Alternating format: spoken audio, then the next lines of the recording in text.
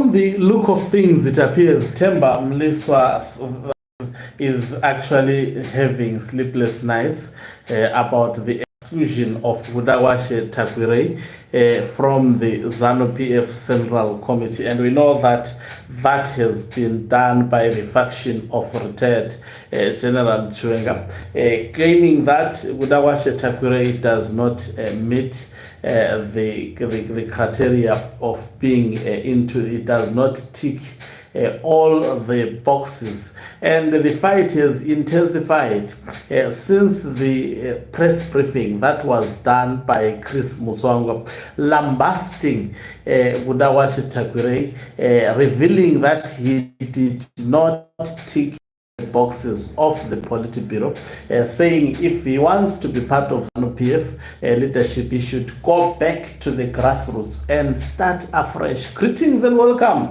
on your lovely channel, the Hlonipani Global News. If you're watching us for the very first time, please do remember to press the red or black subscribe button so that next time when we beam live, you become the very first one to watch us. So it is not something new for an individual like Tymber Miso to be seen entering the ZANU PF political terrain. Once a ZANU PF, I strongly believe that you will always be a ZANU PF, and it appears this time around he has picked a fight with the retired General Chiwenga faction. He is actually busy on X writing a lot of tweets to actually explain how that Tagwirei qualifies to be part of the ZANU PF Central Committee, which is the decision-making body of ZANU PF in between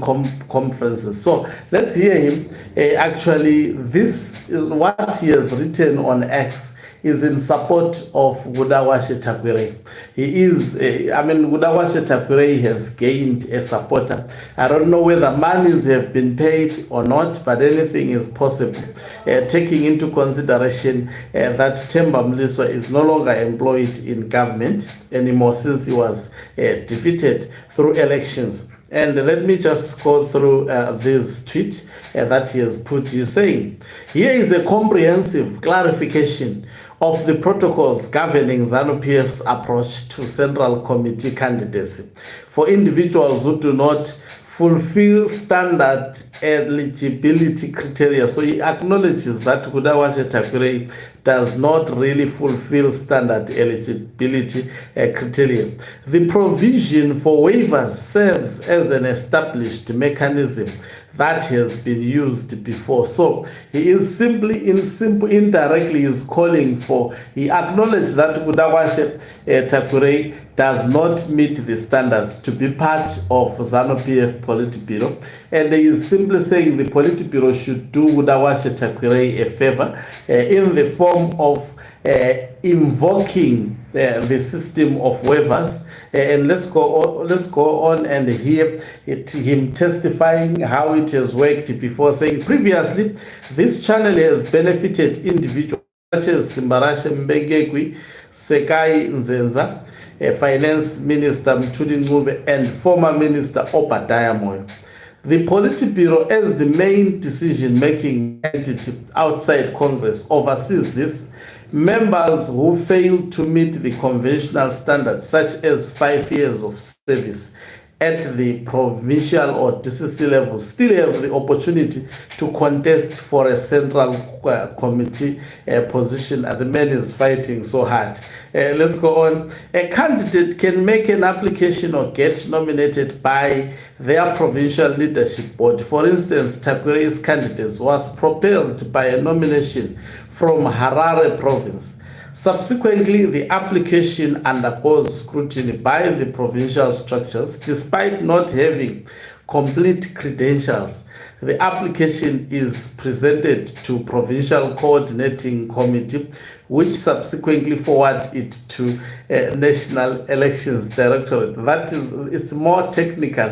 I think he is simply explaining, but at the crust of this, he acknowledges that Gudawashe Tagwirei does not meet the eligibility criteria, but explaining the process of invoking a waiver system of ZANU PF.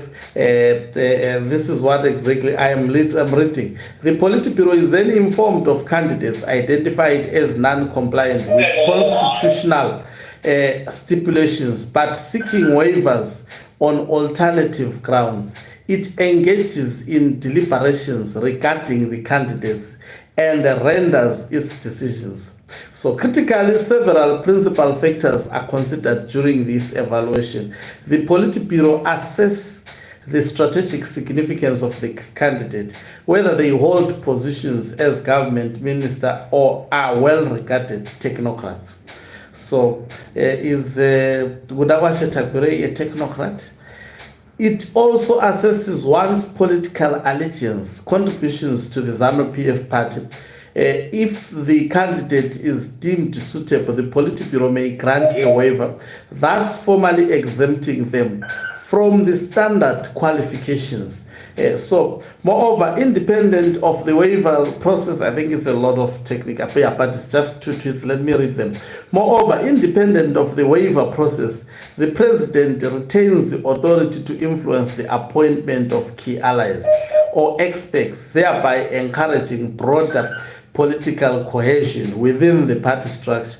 Thus, the likes of Mtswangwa pitching their own presidential ambitions is hitting hard now on Mtswangwa, should be careful of overreaching in their celebratory antics, as the president retains enough power and influence to make decisive decisions in some of these issues. So in this case, he is really now centering, saying Mnangagwa, in all that has been happening, that is being celebrated by individuals like Chris Mutswangwa, Emmerson Mnangagwa has the absolute authority to actually override the Politburo as a group, or as the